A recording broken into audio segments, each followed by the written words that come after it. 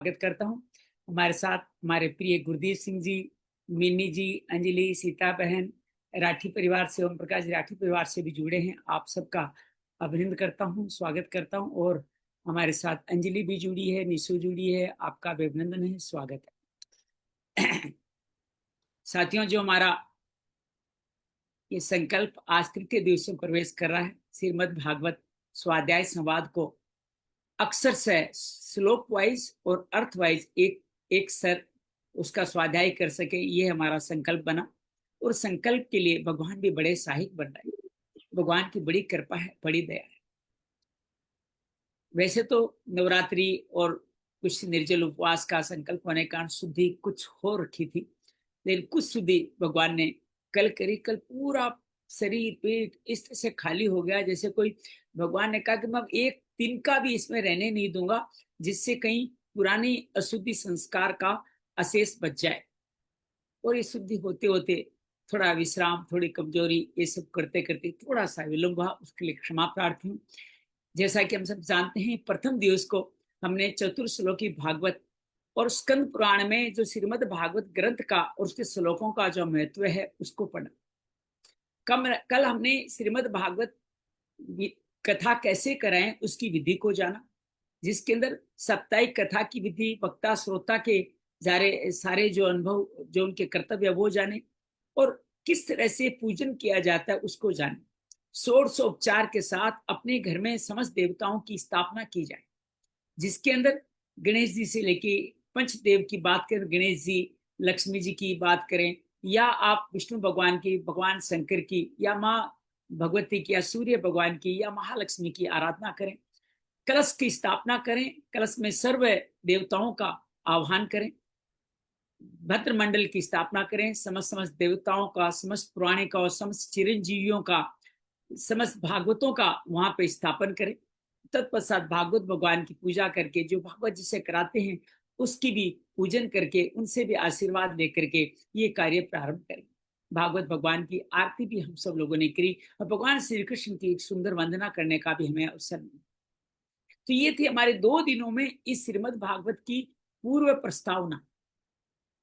वैसे तो श्रीमद् भागवत का स्कंद शुरू होने में भी 7 दिन और लगने वाले हैं, लेकिन जो अभी जो आज से जो वार्तालाप, जो संवाद शुरू हो रहा है, वो श्रीमद् भागवत का बहुत प्रसिद्ध वार्तालाप है, जिसको आप में से सब लोग बहुत अच्छी तरह से अपने अगर हल्का सा आपने भागवत सुनी तो स्मरण में आ ही जाएगा। जिसमें 2 मुख्य घटनाएं घटने वाली हैं। एक तो माँ भक्ति की कथा है, जो गौ माता के रूप में, जिनके पुत्र ज्ञान और वैराग्य हैं। और दूसरी कथा है इसके अंतर्गत, वो है धुंधकारी, गोकर्ण और आत्मदेव की कथा। तो इन दोनों कथाओं को हम 6 अध्याय में जो श्रीमद् भागवत में समाहित किए गए हैं, लेकिन ये पद्म पुराण में श्रीमद् भागवत के महात्म के बारे में बताया गया। श्रीमद् भागवत एकमात्र ऐसा ग्रंथ है, एकमात्र ऐसा ग्रंथ है जिसका महात्म्य अन्य पुराणों में भी आता है, इसीलिए इसको महापुराण कहा जाता है। पहले दिन हमने स्कंद पुराण में श्रीमद् भागवत का विष्णु खंड में जो महात्म्य आया था उसको पढ़ा। फिर अब हम पद्म पुराण में जो श्रीमद् भागवत का महात्म्य आया उसको पढ़े। लेकिन ये सभी कथाओं में हर संत भी ये इसको प्रथम दिन यही करते हैं। यही महात्म्य जो आज से पढ़ने जा रहे हैं, प्रथम दिन की कथा में आपको यही किया जाएगा। पहले 2 दिन हमने जो किया वो आपके पंडित जी आपको पूजन के दौरान आपको पूजा कराएंगे, उसमें आपको प्रैक्टिकल अनुभव कराने वाले। आइए भगवान जी को स्मरण करते हुए आज के इस कार्यक्रम में आगे बढ़ते हैं। ओम नमो भगवते वासुदेवाय। श्रीमद् भागवत महात्म्यम। कृष्णं नारायणं वंदे, कृष्णं वंदे व्रज प्रियम, कृष्ण देवपायनम वंदे, कृष्णं वंदे प्रथासुतम। आप गौर करके देखिए तो यह कृष्ण देवपायनम, कृष्ण देवपायन किसको कहा जाता है? भगवान व्यास को कहा जाता है। लेकिन प्रथा सुतम को भी किया गया वर्णन। तो यहाँ पे अर्जुन को भी कहीं न कहीं प्रथा कौन थे? जो हमारी कुंती माँ थी, उनको भी प्रथा कहा जाता था। उनके पुत्र को भी यहाँ नमन किया गया, भगवान कृष्ण को तो नमन किया गया। अथ प्रथमो अध्याय है देव ऋषि नारद की भक्ति से भेंट, ये इस कथा का शीर्षक है। आइए, तो ये पहला श्लोक बहुत अद्भुत है। कई संत लोग तो इतने ज्ञानी हैं कि इस पहले श्लोक का एक पूरे दिन का व्याख्यान कर देते, लेकिन हमें तो अपने श्लोक वाइज पढ़ना है। आप सब सुधी श्रोता है, आप इस बात को स्वतः ही अपने आप अपने जीवन में उतारने वाले हैं। उनको आप धारण करने वाले। सचिदानंद रूपाय विश्वोत्पत्ति हेतुवे तापत्र विनाशाय श्री कृष्णावयम नुमः।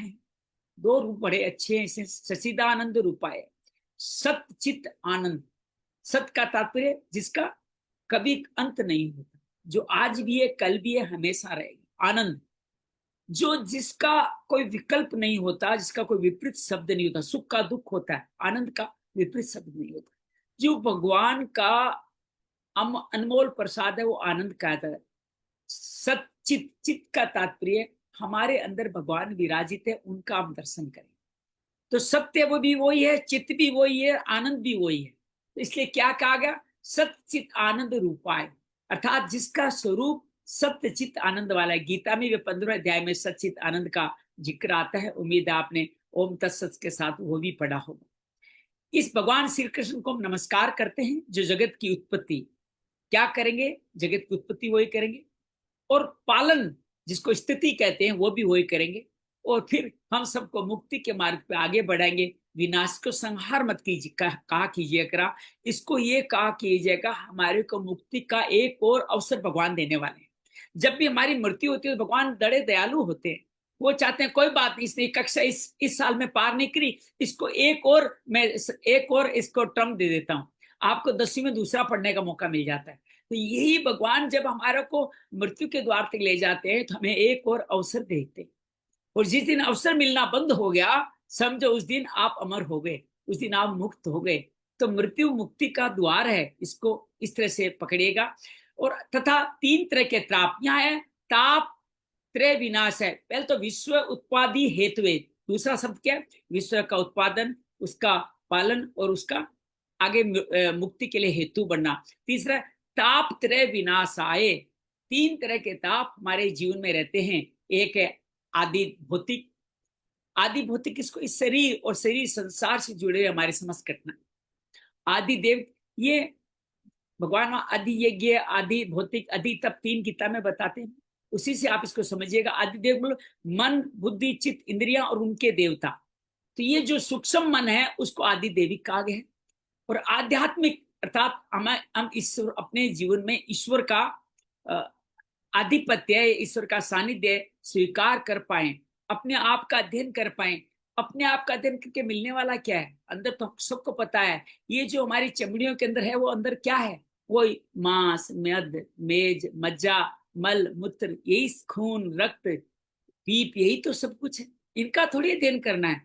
इस भौतिक शरीर के साथ में जो श्री हरि अधियज्ञ के रूप में, पुरुष के रूप में इस प्रकृति में विद्यमान है, उनका अध्ययन करना ही आध्यात्मिक है। तो तीनों तरह के ताप यूं समझ लीजिए, जो तमस में है उनको आदि भौतिक ताप ज्यादा होते हैं, जो रजस में है उनको आदि देविक ताप ज्यादा होते हैं, और जो सत्व में चल रहे हैं उसको आध्यात्मिक ताप हो सकते हैं। आध्यात्मिक प्रकृति में कहीं न कहीं उनको कोई मुश्किल आ रही होती है तो वो भी एक ताप है, क्योंकि उनको रास्ता नहीं मिल पा रहा है। तो हमारे बीच जो साधन अभी मौजूद है, सरला, सीता, अंजलि, मिनी, गुरुदीप जी, ये सब क्या है? आध्यात्मिक ताप वाले हो आप सब लोग। आपके आदि भौतिक, आदि देविक ताप आपके जीवन में नहीं है। ये मैं आपको इस भगवत गीता पढ़ते हुए, भागवत पढ़ते हुए मैं आप सबको बता रहा हूँ। आपके जीवन में अगर कोई हल्का फुल्का ताप बचा है तो आध्यात्मिक ताप है। और उन सब का, तीनों का तापों को नाश कौन करेगा? भगवान श्री कृष्ण, जो श्रीमद् भागवत के नायक है। उम्मीद है आपको ये पहला, गुरुदीप जी, पहला श्लोक अच्छा लगा होगा, समझ गया, बहुत अद्भुत है। पूरी श्रीमद् भागवत का सार इसके अंदर है। सच, एक बार मेरे साथ बोलने की कोशिश करें। सचिदानंद रूपाय, सचिदानंद रूपाय विश्व उत्पत्त्यादि हेतुवे, विश्व उत्पत्त्यादि हेतुवे तापत्रय विनाशाय, तापत्रय विनाशाय श्री कृष्णाय वयम तुम्हें, श्री कृष्णाय वयम तुम्हें। तुम वो हो जो हमें तीनों तापों से, पहले भगवान की तारीफ की गई है कि आप कौन हो, उनका परिचय दिया गया, और फिर आप क्या करते हो वो बताएगा। तीसरे में आप हमारे लिए क्या करेंगे वो बताया गया। तो बड़ा सुंदर है ये प्रथम श्लोक। इसको जीवन में रोज उच्चारण किया करें। रोज सुबह आप जिन श्लोकों का उच्चारण जीवन भर करना चाहते हैं उसमें इस श्लोक को डाल सकते हैं। तो इस श्लोक को आज से डालना, मैं भी इस श्लोक को डालने का, याद करने का प्रयत्न कर रहा हूं, आप भी कीजिए। दूसरे श्लोक पे पढ़ते हैं, यम प्रवजंत मनोपेत मेत कृत्यम द्युपायनो विरे कात्र आजुहाव पुत्रेति तन्मतया तरवो अभिनेदु स्वम स्वरभूत हृदय मुनि माना तोस्मी। ये कहानी हमने पहले भी पढ़ी है कि सुखदेव जी जो 12 वर्ष के बाद माँ के गर्भ से निकले, तुरंत चलने लगे और चल करके वन की तरफ चलने लगे। जो व्यास भगवान जो उनके पिता थे, जिनको पुत्र की बड़ी इच्छा थी, देववत भागवत में बड़ी अलग कथा आती है कि उनके विवाह करना चाहते हैं, जनक के पास भेजते हैं और जनक जी उनको समझाते हैं, तो विवाह भी करते हैं सुखदेव, ऐसा देवी भागवत में लिखा गया। लेकिन यहाँ ये कथा अलग तरह से है और यहाँ एक आ गया कि सुखदेव जी का भी यज्ञोपवीत संस्कार भी नहीं हुआ है, लौकिक देवी कर्म का अनुष्ठान तो अवसर ही नहीं है, और अकेले ही वो सन्यास के लिए घर से निकल पड़े। तो व्यास जी विरह में आपका पुत्र कोई सन्यासी होने लगे तो आपके मन में तो विरह आने वाला है। बहुत सारी माताओं के तो पुत्र विदेश चले जाएं तो भी वो विरह से उनको सन्यासी मान के कातर हो जाती है। बेटा तुम कहाँ जा रहे हो? इस समय वृक्षों से तन में। अब वृक्ष क्यों जवाब दे रहे हैं सुखदेव जी की तरफ से? क्योंकि वृक्ष जिस तरह से तन्मय होकर खड़े रहते हैं, वैसे ही सुखदेव जी, दोनों की एक ही मानसिक स्थिति है। तो वृक्ष के साथ तन्मय होकर सुखदेव जी की ओर से वृक्ष उत्तर देते हैं, ऐसे सर्वभूत हृदय स्वरूप श्री सुखदेव मुनि जी को मैं नमस्कार करता हूँ। तो सुखदेव जी को भी यहाँ नमस्कार करने की बात की गई है कि ऐसे जिनका वृक्ष से भी तन्मय है, हर लता, हर शरीर के हर एक में वृक्ष से तन्मय होने का एक और समझिएगा, इस हर एक में वो ईश्वर का दर्शन कर पा रहे हैं, वृक्षों में भी ईश्वर का दर्शन कर पा रहे हैं। ऐसे सुखदेव जी को मैं नमन करता हूँ। तीसरा श्लोक पे चढ़ते हैं, नेमिसे सुतमासीनम विदा महामतिम कथामृत सार सुधा कुशल शोनको अब्रवीत। अब यहाँ कुछ व्यक्तियों के नाम है जो हमारे इस सनातन जगत के बहुत अद्भुत नाम है। एक बार भगवत कथा अमृत का पान करने के लिए कुशल मुनिवर सोनकादि कहते हैं 88 लाख मुनि हैं जो एक साथ बनके अध्यात्म का ज्ञान साधना करते हैं। उनके जो हेड हैं उनका नाम सोनक जी है। याद रखिएगा, ये सोनकादि का मतलब ये नहीं है कि सनकादि है, सनकादि अलग है, चार, उनकी बात आगे आएगी, भगवान का पहला अवतार, ये सोनकादि है। अर्थात 88,000 जो ऋषि हैं उनके जो प्रमुख है उनका नाम सोनक है। और इनको कौन सुना रहा है कथा? सूत जी महाराज सुना रहे। तो सूत जी महाराज की जय, उनको नमन करते हैं। ये पूरी कथा हमें सूत जी के माध्यम से सुनने में आने वाली है। और सूत जी कौन थे आगे आएगा, वो भगवान सुखदेव के प्रथम शिष्य थे सूत जी। वो सूत जी को नमस्कार करके वे सोनकादि उनसे कुछ पूछना चाहते हैं। क्या पूछते हैं? चौथे श्लोक में पूछते हैं, शौनक वाच है अज्ञान द्वांत विध्वंस कोटि सूर्य संप्रभ सुताख्यायी कथा सर मम कर्ण रसायनम। सोनक जी बोले, सूत जी आपका ज्ञान तो अज्ञान अंधकार को नष्ट करने के लिए करोड़ों सूर्य कोटि, करोड़ों सूर्य के समान है। सूर्य कोटि समय पर गणेश जी के लिए भी आता है, वो यहाँ पे आप हमारे कानों के लिए रसायन अमृत स्वरूप सार गर्भित कथा कहिए, कहने का निवेदन करते हैं। चौथे श्लोक में और इसको विस्तार देते हैं और कहते हैं, भक्ति ज्ञान विरागप्तो विवेको वर्धते महान माया मोह निरासच्च वेश्मे कृते कथम। भक्ति ज्ञान और वैराग्य तीन की कथा है ये पूरी पूरी। प्राप्त होने वाले महान विवेक की वृद्धि किस प्रकार होती है? पहला सवाल पूछते हैं, भक्ति ज्ञान वैराग्य से प्राप्त होने वाले हमें विवेक कहां से मिलेगा? भक्ति ज्ञान और वैराग्य से मिलने वाला है। अभी तीनों शब्द एक दूसरे से मिले हुए हैं। जब आपको ज्ञान होगा कि भक्त बनना है तो आप वैराग्य में जाएंगे, और ज्ञान और वैराग्य दोनों मिल जाएंगे तो भक्ति आ जाएगी। इसको उल्टा भी समझ लीजिए, जब जीवन में भक्ति आती है तो ज्ञान और वैराग्य भी आ जाते हैं। तो इसलिए भक्ति को ज्ञान वैराग्य की माँ भी कहते हैं। आगे कथानक आने वाला है। पहला सवाल, विवेक इनसे मिलेगा क्या? विवेक की वृद्धि होगी। विवेक कौन सा? सद्बुद्धि, जो यहाँ आज्ञा मंडल से प्रारंभ होता है, जो हमारे जीवन में सब चरणों में लगाता है, उसको विवेक कहते हैं। और वैष्णव लोग, वैष्णव किसे कहते हैं? जो भगवान विष्णु को मानने वाले वैष्णव लोग हैं, वो किस तरह इस माया मोह से अपना पीछा। दूसरा सवाल क्या है? हम सब लोग इस पृथ्वी की माया, ये शरीर, संसार, रिश्तेदार, इन सब से पीछा कैसे छुड़ाते हैं? ये दो बातें, दो सवाल पहले श्लोक में आ गए। दूसरे श्लोक में फिर पूछते हैं। तीसरा जो भाव है, ये गोरे क्लो प्रायो जीवस च सुरताम गतः क्लेश क्रांतस्य तस्य विशोधने किम परायणम। आप लोग गीता सेवा ऐप खोल रखे हैं ना, वो खोल के रखिएगा, आपको पढ़ने का आनंद बढ़ जाएगा। या श्रीमद् भागवत के पुस्तिका आपके पास में तो बड़ा अत्यंत कल्याणकारी कार्य हो जाएगा, वो अवश्य रखिए। तीसरा सवाल, ये पूरे भागवत की नींव है, जो सवाल पूछे जा रहे हैं इनको ध्यान से रखिएगा, अच्छे सवाल है। इस घोर कलिकाल में, अब कलयुग प्रारंभ हो चुका है, ये कलयुग की घटना है। ये सवाल कौन पूछ रहा है? कलयुग में नैमिषारण्य, नैमिषारण्य कहाँ है?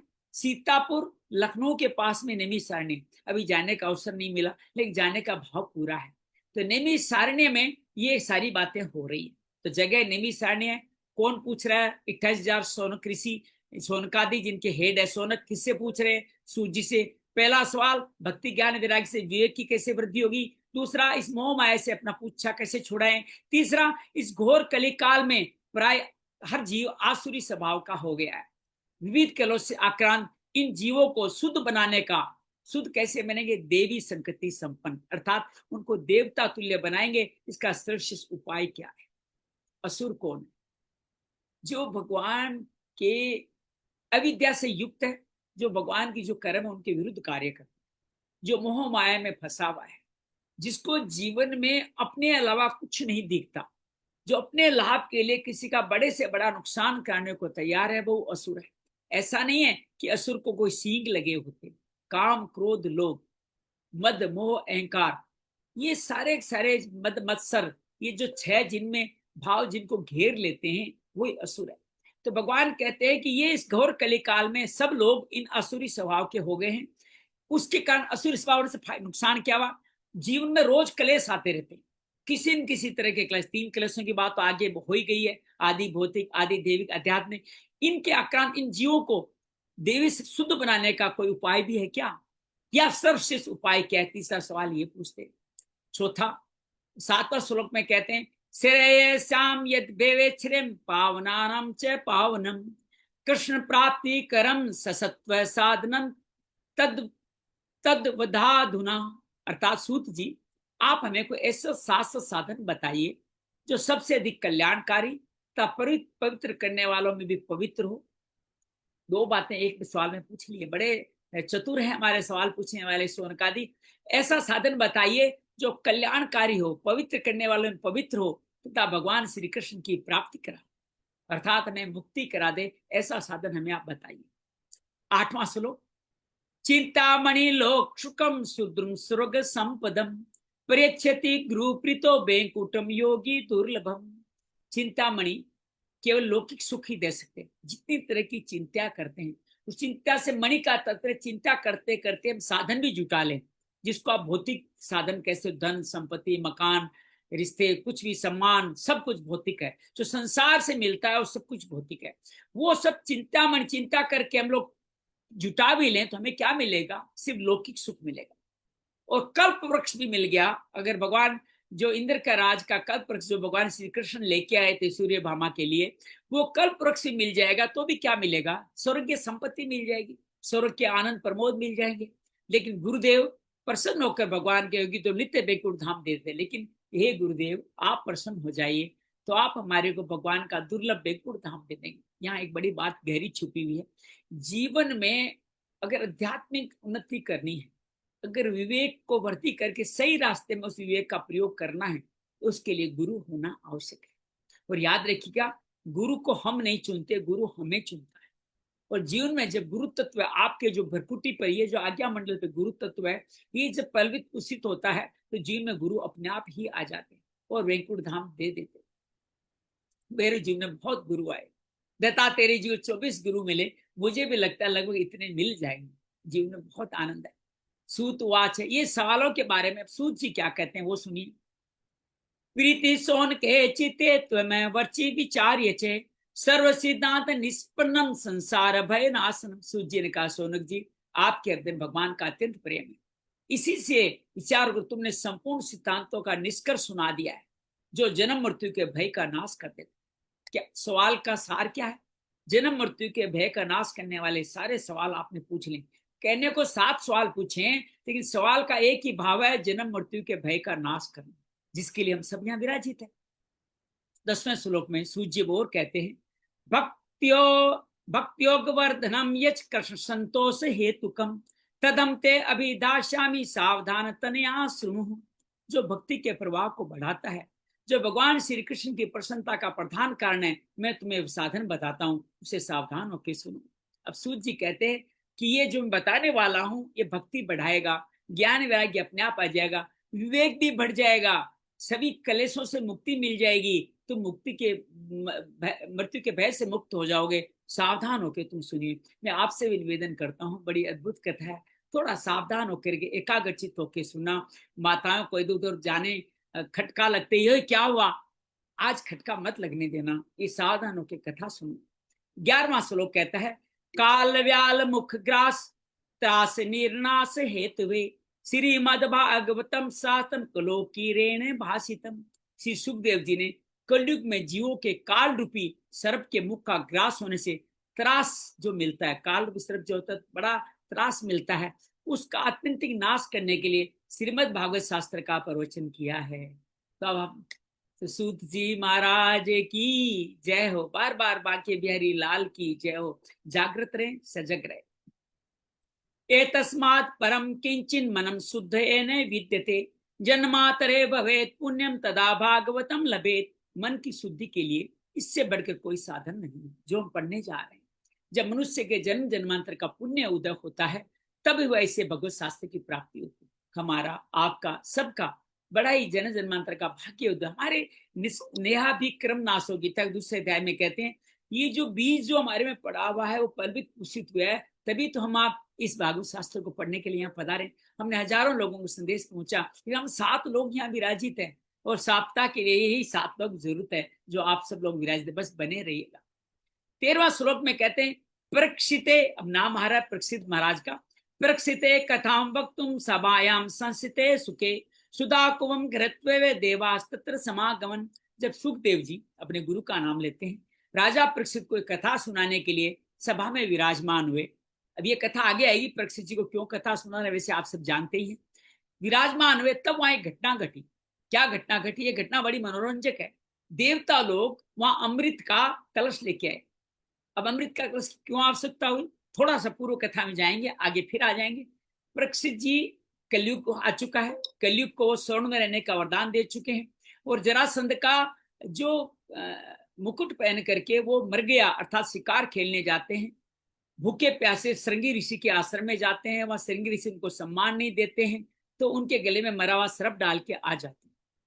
जो ही उतारते हैं तो उनको लगता है मैं बहुत गलत काम करके मेरे से काम हो कैसे गया, लेकिन कलयुग ने जो स्वर्ण मुकुट में बैठा था उसने ये कार्य करवाया। ऋषि के एक युवा शिष्य पुत्र ने उनको श्राप दिया, 7 दिन आपको तक्षक काट खाएगा, और ये सूचना ऋषि सिंगी ने परीक्षित जी को भिजवा दी। परीक्षित जी समझ गए मेरे से गलती हो गई, तुरंत अपना राजपाट छोड़ करके वो गंगा किनारे आ गए। कहाँ है? सुखदेव, सुखताल। सुखदेव कहाँ पहुंचते हैं? सुखताल में। तो ये उस जगह क्या नाम दिया? सुखताल, जो आपके सहारनपुर और हरिद्वार के बीच में है। मेरे को जानने का अवसर 2-3 बार मिला है, आप भी हो तो जरूर जाइएगा। वहीं ये प्रथम भागवत की कथा सुनाई गई। हस्तिनापुर से ज्यादा दूर नहीं है वहां से, तो वहां सुखताल में पहुंचे वो, और वहां पे परीक्षित जी उनको ये वो पूछते हैं मेरे 7 दिन बच्चे हैं, मेरी मुक्ति का क्या साध्य हो सकता है? तो उनको ये भागवत कथा सुनाना प्रारंभ करने वाले हैं। तभी वहां देवता आ जाते। देवता आकर के वहां क्या ऑफर देते हैं, क्या लेके आते हैं? अमृत का कलश। क्यों लेके आते हैं? कि सुखदेव जी को अमर करना चाहते हो ना, लीजिए मैं अमृत देता हूं, इसे अमर कर दीजिए, और बदले में ये अगले श्लोक में बताएंगे। सुखम नत्वा वदन सर्वे सर्व कार्य कुशला सुरः कथा सुदाम परेचस घृत्वे सुदामिमाम। देवता अपने काम बनाने में बड़े कुशल होते हैं। हमारे आसो पास भी बहुत सारे देवता होते हैं जो अपने काम करने के लिए हम सबको हेतु बना लेते हैं। वो भी सुखदेव मुनि को नमस्कार करके कहते हैं कि आप ये अमृत हमसे ले लीजिए और जो कथा अमृत है मुझे दे दीजिए। अब यहाँ कितना बड़ा भेद, तो देवताओं की बुद्धि का बात है। लेकिन साथ में इस श्रीमद् भागवत की तुलना किससे की जा रही है? अमृत से। श्रीमद् भागवत कथा अमृत के तुल्य मान करके देवता जैसे कुशल व्यापारी उनसे व्यवसाय करना चाहते। तो ये बात समझ में आ गई। आपसे कोई चीज को खरीदना चाहे, अपना सब कुछ देने को तैयार है, इसका तात्पर्य कि आपके पास वो अनमोल चीज है। अब सुखदेव जी को और क्या कहते हैं सुनिए। एवं विनिमय जाते सुधा राजा प्रिय प्रियताम प्रपास्यामो वयम सर्व सिद्ध मद्भागताम अमृतम। इस प्रकार ये परस्पर अदला बदली कर लेते हैं, खरीद बेच कर लेते हैं। राजा परीक्षित अमृत का पान करें और ये भागवत कथा से अमृत का पान हम करें, ये देवता कहते हैं। समझ में आ रही बात ये? तो ये इस तरह से अमृत का पान करने की बात करते हैं। 16वें श्लोक में कहते हैं भगवान, क्व सुधा क्व कथा लोके क्व काच क्व मणिर महान ब्रह्मारतो विचारे तदा देवांच हास्य। इस संसार में कहाँ काच और कहाँ मुनि, कहाँ सुधा और कहाँ कथा। मतलब सुखदेव जी दो तुलना करते हैं कि काच और मणि में कितना फर्क है। आप और हम सब जानते हैं कांच को तो टूट जाए फेंक देते हैं, मणि कहीं भी पड़ी हो संभाल के रखते हैं। दूसरा कहाँ सुधा और तुलना, कहाँ तुम्हारा सुधा कहते हैं अमृत को, कहाँ ये कथा। मतलब अमृत को क्या बताया उन्होंने, कांच बताया, और इस कथा को क्या बताया, मणि बताया। सब देवताओं की वहां हंसी उड़ा दी, ये कहते तो हंसी उड़ा दी। अब एक संत कहते हैं देवता ये विनिमय करने आए क्यों। सुखदेव जी तो वहां कथा कह ही रहे थे, 88,000 साधु, उनके पिता व्यास जी, उनके दादा पाराशर जी सब वहां विद्यमान थे, तो वो भी सुन लेते। लेकिन हमारे यहाँ बहुत सारे ऐसे धनपति होते हैं जो जीवन में अपनी मान प्रतिष्ठा हर जगह स्थापित करना चाहते हैं। सबसे आगे बैठना, सबसे पहले हमारा नाम आना, हमारा आदर सत्कार होना, हमारा सम्मान होना, तब हम सबसे आगे बैठेंगे तो कथा सुनेंगे, नहीं तो सुनते भी नहीं। अर्थात उनको सम्मान देके नहीं बुलाओ तो कथा में आते भी नहीं। तो यहाँ देवता भी चाहते तो कोने में बैठ के सुन सकते थे। सुखदेव जी उनको बाहर थोड़ा निकाल दे, आउट, आप बाहर जाओ, ऐसा सुखदेव जी नहीं करने वाले थे। लेकिन देवताओं ने कहा बस हम ही सुने, हमारे अलावा कोई व्यक्ति इस कथा को नहीं सुने, केवल हम ही सुने, किसी और का कल्याण नहीं होना चाहिए। देवता कभी नहीं चाहते कि हम मानव भगवान की प्राप्ति करें। वो इसलिए में बार बार हमें साधन देते रहते हैं इस मोह माया में उलझने के लिए। धन संपत्ति, पति पत्नी, पुत्र पुत्री, संतान, सामाजिक सुख, ये सब देवता प्रदान करते हैं, इसलिए हम देवताओं का पूजन भी करते हैं। लेकिन देवता ये कभी नहीं चाहते कि ये मानव मुक्त हो जाए। ये मानव मुक्त हो जाए तो देवताओं का पूजन कौन करेगा, देवताओं को आहुति कौन देगा, देवताओं को जीवन कौन देगा। इसलिए वो क्या चाहते हैं, हम कभी मुक्त नहीं। पर भगवान इससे उल्टा चाहते हैं। भगवान संत गुरु ये चाहते हैं कि हर मानव मुक्त हो जाए। तो यही इस कथा का सार है। उम्मीद आपको कथा समझ में आई होगी। अब आगे, अभक्तांस्ताश्च विज्ञान ददो स कथामृतम श्रीमद् भागवती वार्ता सुरनामपि दुर्लभा। उन्हें भक्ति सुनने है। अब देवता क्या है, सौदेबाज है ना, भक्ति कहाँ है। उनको भक्ति सुने अर्थात कथा का अधिकार अनधिकारी समझ करके उनको कथामृत का सुखदेव जी दान नहीं करते। और इस प्रकार श्रीमद् भागवत की कथा देवताओं को भी दुर्लभ है, अर्थात देवताओं को भी मिल नहीं सकती, जो आप और हम इस भगवत कृपा से सुनने समझने जा रहे हैं। 18वां श्लोक, राजो मोक्षम तथा वीक्ष्य पुरादात्मी विस्मित है सत्य लोके तुलाम बद्वा तो तल्या साधा अन्य जय।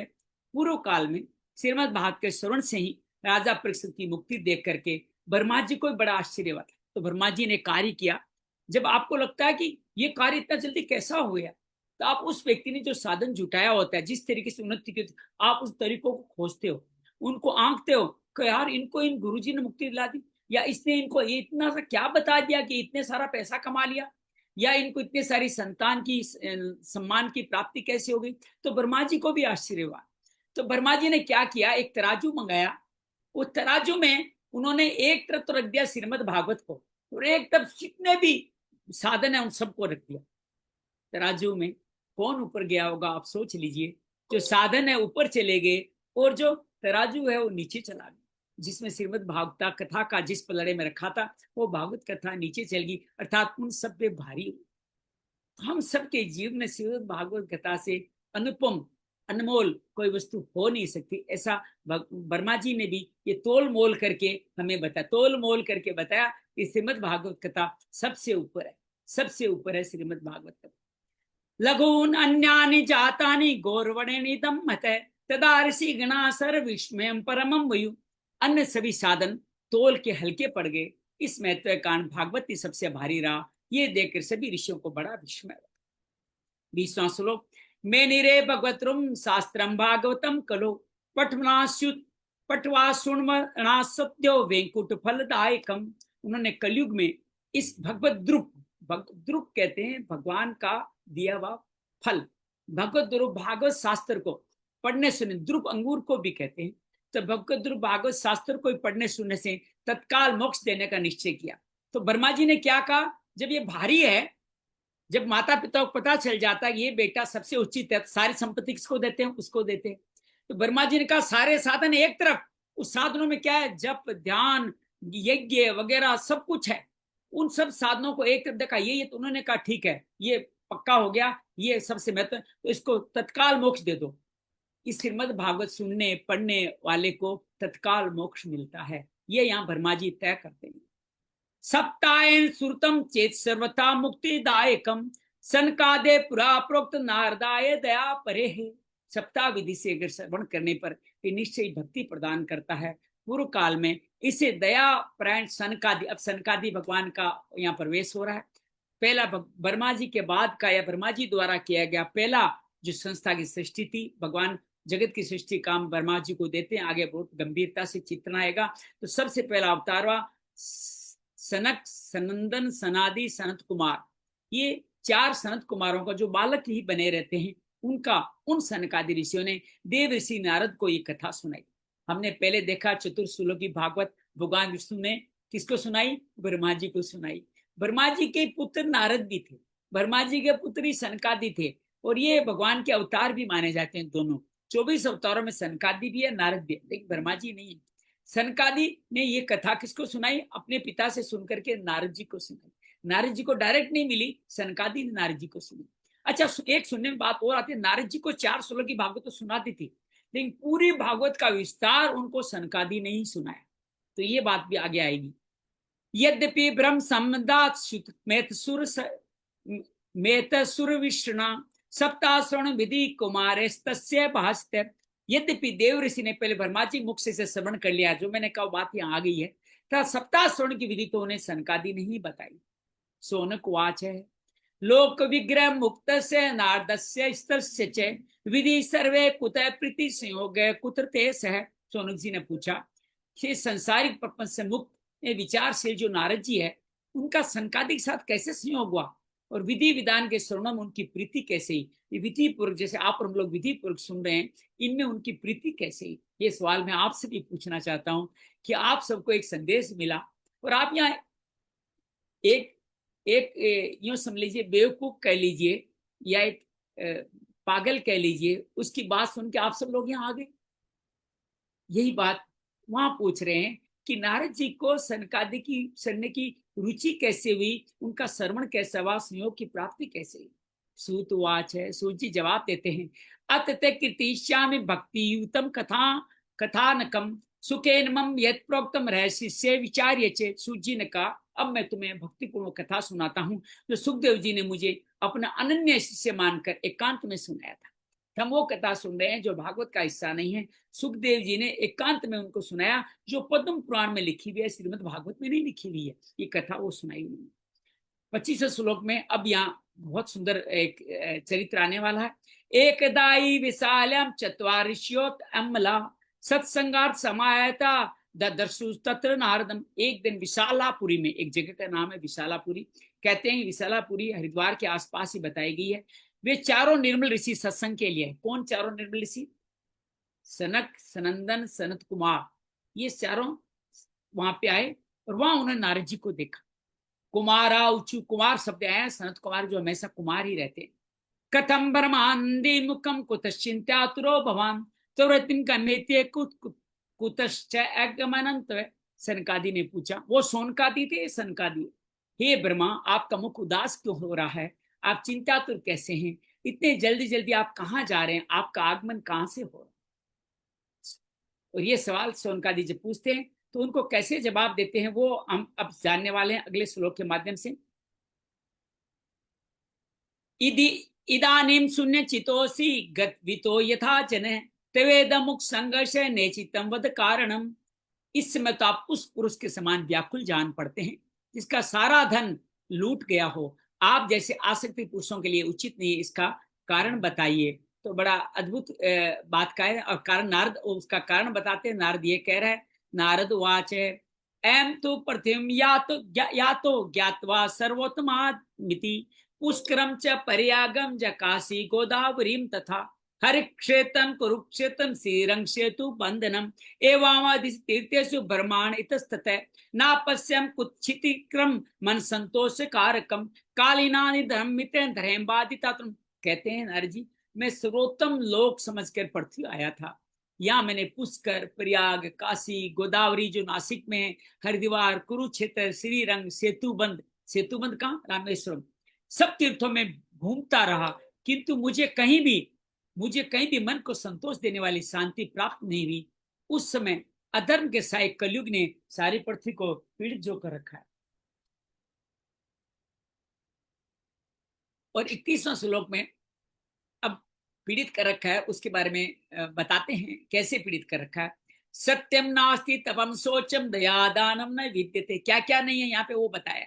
उदारम भीणो जीवा वरा काकुट भीषण है, मंदा सुमंदत मतयो मंद भाग्या युपुतुता पाखंड निरता संतो विरक्ता स परिग्रह तरणी प्रभु दागे श्याल को बुद्धि दायक कन्या विकणियों लोभा दंपितनाम च कलकनम। ये कलयुग का वर्णन किया गया है। यहाँ सत्य, तप, सोच, अंदर बाहर की पवित्रता को सुचिता कहते हैं। दया दान आदि कुछ भी नहीं बचे। जीव केवल अपना पेट पालने में लगे हुए हैं। वह असत्यभाषी हैं, आलसी है, मंद बुद्धि है, भाग्यहीन है, उपद्रवग्रस्त। युद्ध हो रहा है ना, ये उपद्रव है। जो साधु संत कहे जाते हैं वे भी पूरे पाखंडी हो गए हैं। देखने में तो विरक्त हैं, किंतु स्त्री धन आदि सभी का परिग्रह करते हैं। घरों में स्त्रियों का राज्य है। साले सलाहकार बने हुए हैं। लोभ से लोग कन्या विक्रय करते हैं तथा स्त्री पुरुषों में कलह मचा रहता है। ये सारी बातें यहाँ पे आई है। 34 श्लोक फिर कहते हैं, आश्रमा यवने रुद्रास्थितार्थिनी सरितस्तथा देवात्रे न अन्यत्र दुष्टेर नष्टानी भूरीश है। महात्माओं के आश्रम, तीर्थ और नदियों पर विधर्मियों का अधिकार हो गया। देखिए अयोध्या को मुक्त कराया है, काशी, मथुरा, ताजमहल आदि भी मुक्त होने बाकी है, भोजशाला भी मुक्त होनी बाकी है। सब पे किसका कब्जा हो गया? विधर्मियों का, योनियों का कब्जा हो गया। और बहुत सारे मंदिर तो नष्ट भी कर दिए, तक्षशिला, नालंदा सब नष्ट कर दिए गए। 35 श्लोक में कहते हैं कलयुग का वर्णन चल रहा है। न योगी ने सिद्धो या न ज्ञानी सत्क्रियो न रहे कलिदावान लेना नत्य साधनम बसमतागतम। इसमें जाने कोई योगी है, न सिद्ध है, न ज्ञानी है, या न योगी है, न सिद्ध है, न ज्ञानी, न सत्कर्म करने वाला। सारे साधन इस कली रूप दावानल में ये जो में जल करके भस्म होगा। अटसुला जनपदा शिव सुला दिवजात है कामी ने के सुली ने संभवती कला भी है। अटमान शिवो वेद सुलो विक्रय उच्चते केशो भक्तिमती भुक्त में धन वर्ष भी। इस कलयुग में सभी देशवासी बाजारों में अन्न बेचते हैं। अन्न पहले बिक्री नहीं होता। ब्राह्मण लोग पैसा लेकर वेद पढ़ाते, स्त्रियां वेश्यावृत्ति से निर्वाह करने लगी। 37 श्लोक में कहते हैं, एवं पश्य कलेर दोषान पर्यटन वनी महम यामुनम तटमापनो यत लीला हरेर भूत। इस तरह कलयुग के दोष देखता हुआ, पृथ्वी विचरण करता हुआ यमुना जी के तट पर पहुंचा। वहां भगवान श्री कृष्ण की जहाँ अनेकों लीलाएं हो चुके। वृंदावन धाम की जय, बांके बिहारी लाल की जय। पहली बार वृंदावन का जिक्र आया है और वृंदावन से हमारे साथ सीता बहन जुड़ी हुई है, तो उनके माध्यम से हम उन सबको नमन करते हैं जो वृंदावन में रह रहे हैं। 38वां श्लोक, तथाश्चर्य मया दृष्टम सुरेता तनु मुनीश्वरा एकातु तरणी तत् निष्णा खिन्न मानसा। मुनिवरों, वहां मैंने एक बड़ा आश्चर्य देखा। वहां एक युवती स्त्री खिन्न मन से बैठी। अब यहाँ भक्ति माँ की कथा आ रही है, बड़ा रोमांचक कथानक, सुनिएगा। 39 वर्धो दो पतिति पाश्रे निस्व संतान वचेतनो सुरसुरंती प्रबोधंती रुदती चेतयो पुरे। उनके पास दो वृद्ध पुरुष अचेत अवस्था में पड़े, जोर जोर से सांसें ले, जैसे बुजुर्ग सांसें लेते हैं वैसे ले रहे हैं। वह तरुणी उनकी सेवा करती है, कभी उनको चेतन करने का प्रयत्न करती है, कभी उनके आगे रोने लग जाती है, अरे क्या हो गया, तुम उठ क्यों नहीं जाते। 40वां श्लोक, 10 दिशु निरक्षन्ति रक्षिता निजम वपु विजयमाना सतस्त्री बिरबोध्यमान्या मुहुर्मुहु। वो अपने संसार के रक्षक परमात्मा को 10 दिशाओं में देख के पुकार रही है। उसके साथ में सैकड़ों स्त्रियां उनको पंखा जल रही है जो तरुणी के साथ है, और वो बार बार उसको समझा रहे, तुम समझो, धीरज रखो, ये ठीक हो जाएंगे, ठीक हो जाएंगे, अभी रिश्ता नहीं है, ये कौन है, बस वो धीरज धारण करा रहे।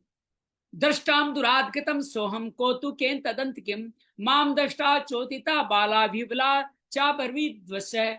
दूर से चरित्र देखकर मैं भी वहां पे, मैं कौन, नारद जी, कोतुल वहां चला गया, मुझे देखकर युवती खड़ी हो गई, वो बड़े व्याकुल होकर ये कहने लगी, नारद जी को सब पहचानते हैं, नारायण नारायण नारायण।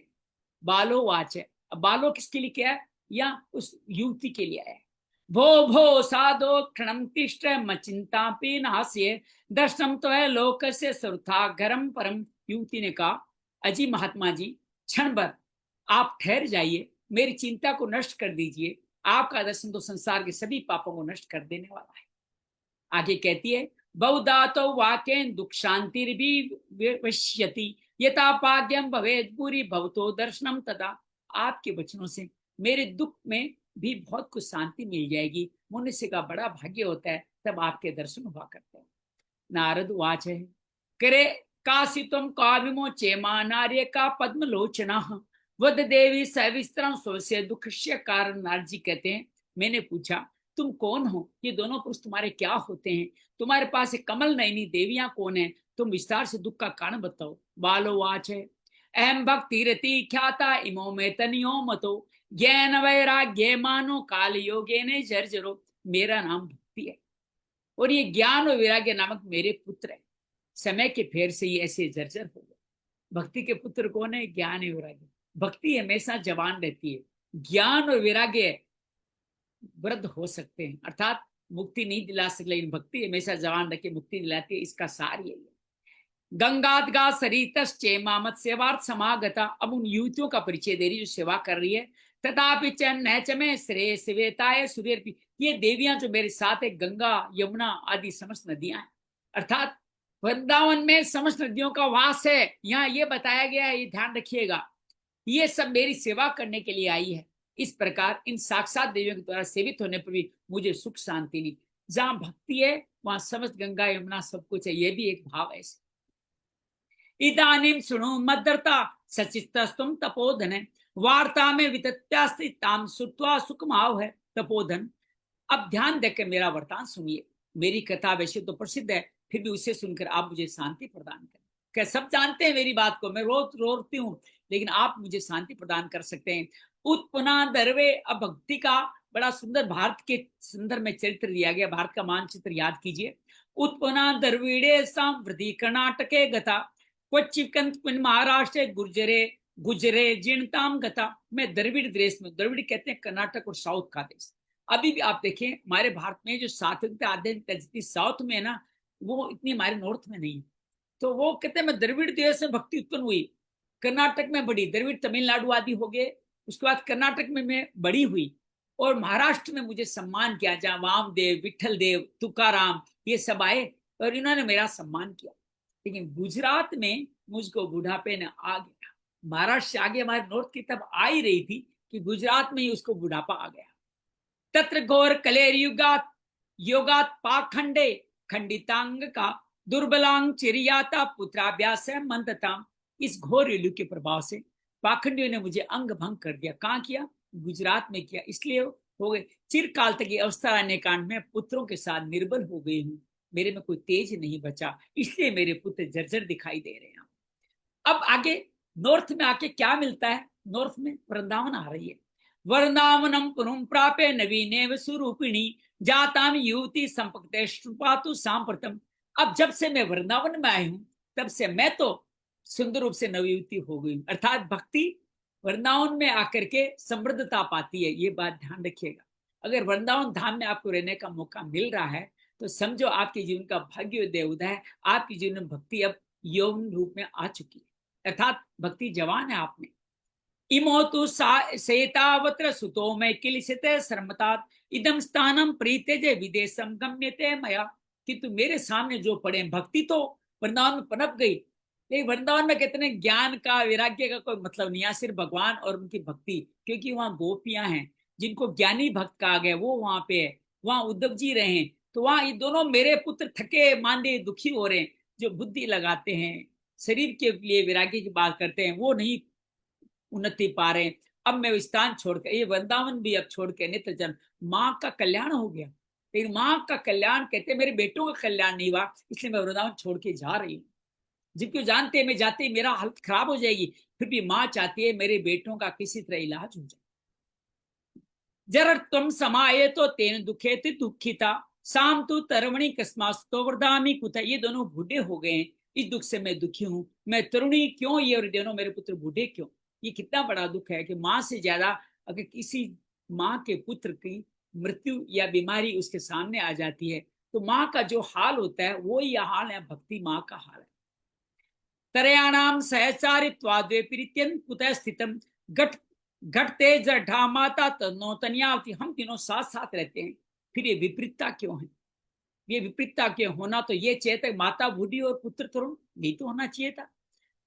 54वें श्लोक में कहती है माँ, अतः सोचामी चात्मान विश्रमानसा वद योग निध्योधीमन कारण चात्रम की भवेत। इससे मैं आश्चर्यचकित होकर चित्त से अपनी अवस्था पर शोक करती रहती हूँ। आप परम बुद्धिमान एवं योग निधि है, इसका कारण क्या हो सकता है बताइए। एक संत कहते हैं कि इसको आज कलयुग की स्थिति से देखिएगा, हम सब मानसिक रूप से कितने ज्यादा पीड़ित हो चुके हैं, हम किस तरह से अपने जीवन में पीड़ित हो चुके हैं कि हमारे मन में शांति नहीं मिलती है। तो इस तरह से आप ये बहुत सुंदर तरीके से आप इस बात को समझें कि जो भक्ति माँ के पुत्रों का हाल है, वो हम भी सभी भक्ति माँ के तो पुत्र हैं, हमारा भी यही हाल है, हमारा भी यही हाल है। तो उसी बात को यहाँ बताया जा रहा है, मानसिक दुख हमें पीड़ित करते जा रहे हैं। अब नारद जी क्या कहते हैं जवाब में, सुनिए। नारद वाच है, ज्ञानात्मनि पश्यामि सर्वमेतत्वान गे न विश्वास कार्यो हरिम सहते करिष्यति साध्वी। मैं आपने हृदय में ज्ञान दृष्टि से तुम्हारे संपूर्ण दुख का कारण देखता हूँ, तुम्हें विषाद नहीं करना चाहिए, श्री हरि तुम्हारा कल्याण करें। संत तो यही कह सकते हैं। एक मैं आपसे निवेदन करता हूँ कि ये 80 श्लोक का अध्याय है, अभी हम 55 श्लोक में चल रहे हैं, तो हमारे अभी 30-35 श्लोक बचे हैं। हमारे सामने एक तो उपाय यह है कि हम 9:25 हो चुके हैं, इसको यहीं संपूर्ण करें और कल उसको आगे बढ़ाएं। मुझे लगता है यही उचित रहेगा। कथा बड़ी रोमांचक है, आपको हम यहीं छोड़ना चाहते हैं ताकि आप इस कथा का चिंतन मनन करें। नारद जी क्या करने वाले हैं, भक्ति के जो पुत्र ज्ञान वैराग्य, उनको मुक्ति का क्या रहस्य बताने वाले हैं, इसको हम कल सुनना चाहेंगे। क्योंकि अगर हम इस कथा को विस्तार देते चले जाएंगे तो धीरे धीरे आप लोग जो आदि भौतिक से मुक्त होकर के यहाँ आध्यात्मिक ज्ञान के लिए आई हैं, आपको लगेगा घर की आवाज, अरे भाई कहाँ बैठी हो, क्या कर रहे हो। तो आप भक्ति माँ हैं, आपके पुत्र ज्ञान वैराग्य कहीं वृद्ध न हो जाएं, इसलिए आप सब लोगों को यही विराम देते हैं। तो आप सबके मन में ये जो आज का कथानक सुना है आपने, जहां जहां बात सुनी उसके अंदर आपके मन में क्या भाव आया, किस तरह की बातचीत आई। अंजलि जी, हाँ अंजलि कुछ कहना चाहिए, बिल्कुल अंजलि बोले आप। भैया जी एक चीज पूछनी थी। जिस समय ये महापुराण लिखे गए, सारे पुराण वगैरह लिखे गए और ये भागवत भी महापुराण है, ये लिखा गया, उस समय तो पूरी की पूरी पृथ्वी एक ही खंड थी, ऐसे अलग अलग खंड तो थे नहीं। तो फिर ये गुजरात, महाराष्ट्र और ये अलग अलग नाम कैसे आ गए बीच में? आपके दोनों सवाल वाजिब है। एक तो इसमें पूरी पृथ्वी का सृष्टि का चित्रण आगे आने वाला, तब आप समझ जाएंगे कैसे पृथ्वी एक थी, कैसे भरत के 7 राजाओं ने 7 इसके खंड किए, 7 रेखाएं खींची और उससे 7 समुद्र बन गए। ये घटना आगे आने वाली है। लेकिन ये जो आप जो सुन रहे हैं ना, ये कलयुग की घटना है, कलयुग की घटना, मतलब 5,000 साल पहले से बाद की घटना, आज से 2, 2.5, 3, 4,000 साल पहले की कथा। तो तब तो सब कुछ हो ही चुका था ना, भारत भी हो चुका था, विदेशों में भी लोग उत्पन्न हो चुके थे और अलग अलग घटना आने वाली। ये कलयुग की घटना है। कलयुग मतलब भारत प्रदेश की घटना है, जहाँ राज्य भी बन चुके थे, वहां की घटना बता रहे हैं। ये सत्ययुग की, द्वापर की घटना नहीं है। ये घटना कहाँ की है? कलयुग की, वर्तमान काल की। यूं समझ लीजिए वर्तमान काल की घटना है, ये वर्तमान काल की घटना है। इसलिए इसमें आपका सवाल वाजिब है, वर्तमान काल की ही घटना है। ठीक, थैंक यू। और किसी के मन में कोई बात हो, कुछ कहना? जी जी, इसमें द्वापर की भी तो बात आती है। बिल्कुल आती है। कौन सी आई बताइए द्वापर, इस कथानक में कौन सी द्वापर की बात आई? अभी तक नहीं आई, आएगी आगे आगे। तो सब कुछ आएगा, द्वापर, त्रेता, सतयुग, भगवान का प्रलय, महासरग, सब कुछ आने वाला है। अभी जो घटनाक्रम चल रहा है पद्म पुराण का, ये कलयुग का घटनाक्रम है। अच्छा, दूसरी बात, एक और मजेदार हाँ, बात ये है। कलयुग आप ये कैसे सोचते आया हैं ये कि अब मैं अंजलि की बात को यूं समझ लूं कि सारे पुराण सतयुग में लिखे हुए, तो कलयुग की घटना क्यों? आपको मैं ऐसे ऐसे चित्रण बताऊंगा इसके अंदर, मैं क्या भागवत बताएगी कि कलयुग में कौन कौन से राजा होने वाले, उनके नाम दिए गए हैं इसमें, कल के अवतार दिया गया है। मतलब कहने का हाँ मतलब उस टाइम जो महात्मा थे या हाँ व्यास थे या ब्रह्मा जी, तो त्रिकालदर्शी थे, उनको पता था क्या आगे आगे होने वाला है। मतलब यहाँ उन उन राजाओं के नाम तो है ही हैं जो हो चुके हैं, जो होने वाले हैं उनके नाम भी दिए गए। तो ये सारे कल्पना कौन कर रहा है? ये सत्ययुग में बैठे जब कथा लिखी गई, पद्म पुराण जब लिखा गया होगा, तब भी ये कल्पना कर ली गई होगी, तब भी वो अपनी त्रिकालदर्शी नेत्रों से सब कुछ देख पा रहे होंगे कि आप ये कैसे घटना घटी। तो इसका ये भाव भी अंजलि आप समझ सकते हैं कि पुराण हो सकता है सतयुग में लिखे गए हों, लेकिन पुराण लिखने वाले इतने विद्वान थे कि वो यहाँ तक की बातें देख पा रहे हों, इसीलिए उन्होंने लिखा होगा। जो मैं अपने छोटी बुद्धि समझ पा रहा हूँ, यही बात है। तो आज का सार क्या रहा? आज के सार की बात क्या रही? पहली बात यह हुई, हम लोगों ने आज अपने इस जो कथा अमृत है उसकी किस लिए सुनाई गई, किसने सुनाई गई, ये बात सुनी। साथ में इसका देवताओं के अमृत से इसकी तुलना की। वर्मा ने भी तोल करके देखा, ये भागवत पुराण सबसे उत्तम है। और सोनकादि ऋषि सूत जी महाराज से नैमी शरण में सवाल पूछ रहे हैं कि ये किस तरह से। सबसे पहले इस कथा में भगवान का नमस्कार किया गया। सच्चिदानंद रूपाय, ये सच्चित आनंद वाले, विश्व का जन्म पालन संहार करने वाले, और आप हमारे तीनों तापों से मुक्ति दिलाने वाले भगवान जी को नमस्कार करते हुए कथा प्रारंभ हुई। और देवताओं को अमृत के बदले में कथा नहीं दी गई। और फिर सोनक ऋषि ने नारद जी को कथा सुनाई। नारद जी को कथा इसलिए सुनाई गई क्योंकि नारद जी खुद व्यथित थे। क्यों व्यथित थे? अपने दुख से नहीं, माँ भक्ति के दुख से व्यथित थे। जो माँ भक्ति की कहानी थे, देव ऋषि नारद सुना रहे हैं सोनकादि को कि ये इस तरह मुझे तरुणी युवती मिली जिनके पुत्र ज्ञान वैराग्य जर्जर हो गए। पूरे भारत की घटना सुनाई, वृंदावन में आके युवा हुए। तो यहाँ तक की कथा मैंने सुनी। आप साथ बने रहेगा इन भावों के साथ में। गुरुदेव जी, बात अच्छी लग रही है, समझ में आ रही है? बहुत बढ़िया, बहुत बहुत अद्भुत ग्रंथ है साहब भैया जी, क्या जी। नारद जी को अमरता का वरदान मिला हुआ था? हाँ कहते हैं, लेकिन जो 7 अमर बताए जाते तो उसमें नारद नहीं है। नारद, मार्कंडे, कुछ ऋषि और हैं जिनको भी अमर माना जाता है। लेकिन अब कलयुग में दिखाई काफी समय तक दिए थे। परीक्षित के समय में इनका चित्रण है, जन्मजय के समय में इनका चित्रण है, लेकिन बाद में अब कहते एक समय आने के बाद उनका चित्रण अब उनका दर्शन नहीं होता। लेकिन नारद जी कहते यही है, नारद, सनकादि, ये सब अमर है, ये हमेशा है, ये हमेशा है। और बल्कि आगे चल के आपको ऐसी घटनाएं मिलेगी कि जितने 24 अवतार है वो किसी न किसी लोक में अभी भी विराजित है। वराह अवतार भी है वहां पे, कुर्म अवतार भी है, नरसिंह अवतार भी है। हमारे हनुमान जी भी किम पुरुष होकर के एक लोक में निवास करते हैं। 14 लोक है, उन लोकों में एक एक लोक, एक एक वर्ष इनका बना हुआ है।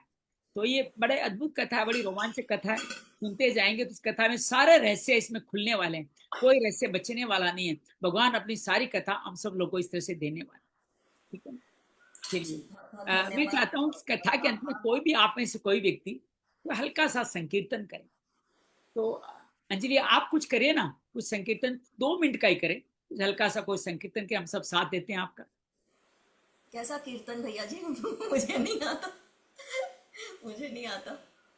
नमो आप ही करें। भगवते वासुदेवाय, नमो भगवते वासुदेवाय, नमो भगवते वासुदेवाय, नमो हाँ जी, मेरा भगवते वासुदेवाय। हाँ जी, सोनी जी, जो सतताल है उसका आपका बस एड्रेस हो तो प्लीज भेजिएगा। हाँ, सुखताल बहुत मशहूर है, आप ऑनलाइन सर्च कीजिए सुखताल। हरिद्वार से पहले पड़ता है, हरिद्वार से आपसे पहले पड़ता है। आपसे ये जो हरिद्वार आपसे के ये लिए रास्ता जाता है उसमें 40 किलोमीटर आपको डाइवर्ट लेना पड़ेगा, 20-25 किलोमीटर डाइवर्ट लेना हाँ, पड़ेगा आपसे ये एक सहारनपुर से। प्रार्थना है कि जब भी आप कोई स्थान का बताएं और आपको उसका पूरी जानकारी है, तो आप जब ये हमारी वीडियो खत्म हो तो उनका एड्रेस वगैरह जरूर डाल दीजिए। मैं कोशिश जब करूँ, जब मैं भी कोशिश आप करूँगा। वो भी सुखताल जिक्र बहुत करेंगे प्रसिद्ध है, आप कहीं भी सर्च करेंगे सुखताल मिल जाएगा। वहाँ बहुत सुंदर आश्रम बने हुए हैं, वानप्रस्थ अभी आश्रम में मैं वहाँ रहा भी हूँ। सोनी जी, सुंदर अभी आने आश्रम वाले बने हुए समय हैं। में और भी स्थान आएंगे जो जो जी आपको जी, पता बिल्कुल होगा, बिल्कुल। तो वृंदावन प्लीज और आप उस सुखताल 2 स्थान आए हैं अभी, तो आगे जो आएंगे। नेमिशारण्य भी आए हैं, एनिमी सारणी भी है, बिल्कुल एनिमी सारणी भी है, आप उनका जो भी सीतापुर डिटेल के हमें आपको आसपास है। भेजना मैं पड़ेगा। कोशिश कर रहा हूँ उनका भी वर्णन आपको दूं। जी अब गुरुदीप आप जी, डिटेल भेजिएगा उनका भी ना। जरूर जरूर। जी गुरुदीप जी। प्रभु जी इसका पासवर्ड थोड़ा आसान कर दो, 1 नंबर कर दो बस उसका, कर देता नंबर हूँ। 1।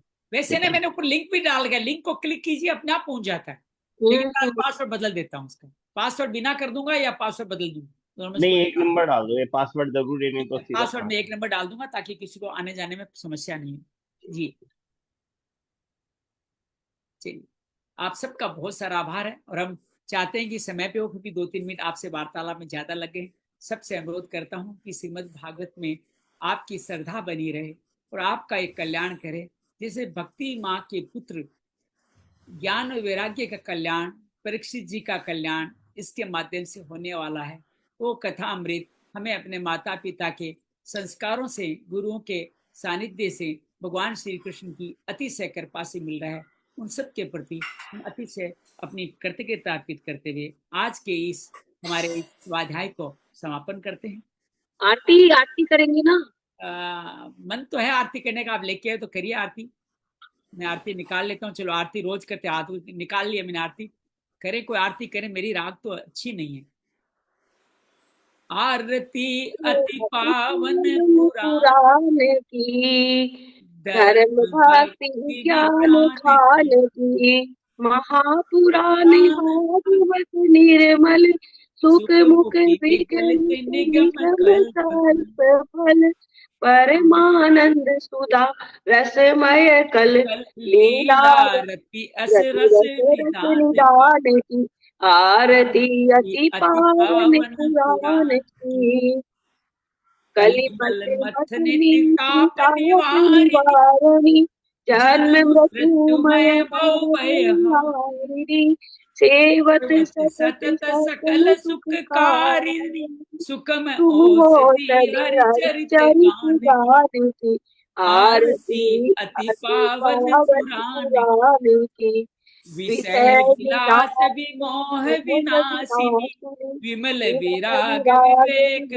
विकासिनी, भगवत तत्व तत्व रहस्य रहस्य प्रकाशिनी, प्रकाशिनी, परम परम ज्योति ज्योति परमात्म परमात्म ज्ञान की, ज्ञान की, आरती आरती अति अति पावन पावन पुराण, पुराण की, धर्म परमहंस भक्ति मुनि विज्ञान मन उल्लासिनी, की, रसिक रसिक हृदय रस रास विलास, विलासिनी, भक्ति भक्ति मुक्ति मुक्ति रति रति प्रेम प्रेम सुदासिनी, सुदासिनी, कथा कथा अकिंचन अकिंचन प्रिय प्रिय सुजान, सुजान की, आरती अति आरती पावन पावन पुराण। पुराण बहुत सुंदर, की, दीपक भी हमारे साथ। भक्ति सबको बहुत सारी विज्ञान खान शुभकामनाएं, भगवान को ये आरती में समर्पित करते हैं। हे भगवान, हम अबोध बालक हैं, हम जो कुछ दुस्साहस प्रयास करें, हमें अपना सानिध्य देना, अपने हाथों में हमें बैठाए रखना, अपनी गोद में बनाए रखना, ताकि हम ये संकल्प पूरा कर सकें।